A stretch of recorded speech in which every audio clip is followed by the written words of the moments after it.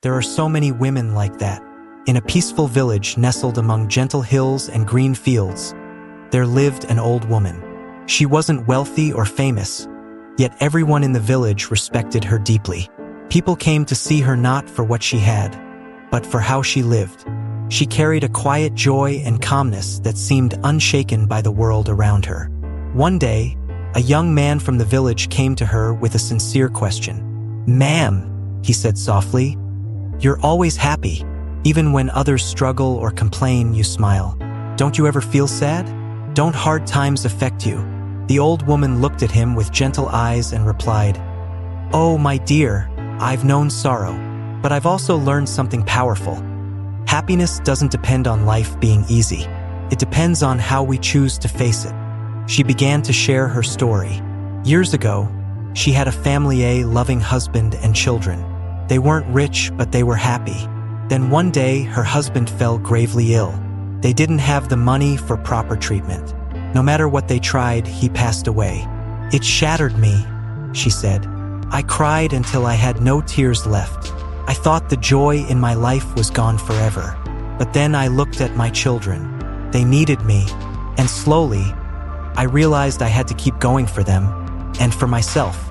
So she got up, day after day. "Every morning," she said, "I told myself, just find one good thing today. It didn't have to be big. Maybe it was the warmth of the sun, maybe a bird singing, maybe just the smell of fresh bread. That was enough." The young man listened, moved. "But what about the really bad days?" he asked. "The days when nothing feels right?" She nodded knowingly. "Those days come," she said, "but I remind myself, this too shall pass. Pain doesn't last forever, and no matter how heavy life feels, I choose not to let it steal my peace." She paused, then added, "Resilience isn't about never falling. It's about standing back up again and again even when your heart is tired. That's strength." The young man left her home with new clarity. From that day on, he began to practice what she taught. To look for small joys, to keep going, and to choose gratitude over despair. And as time passed, his life quietly transformed, not because hardship stopped, but because his spirit grew stronger. Eventually, others in the village began to notice. They saw the shift in him and they, too, began to change.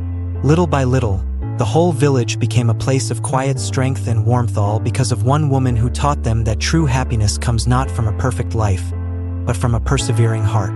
Happiness is not the absence of hardship, but the presence of hope and the courage to continue. You know what? Life's got a bit of everything, good times and tough ones. What matters is that we keep pushing and hang in there.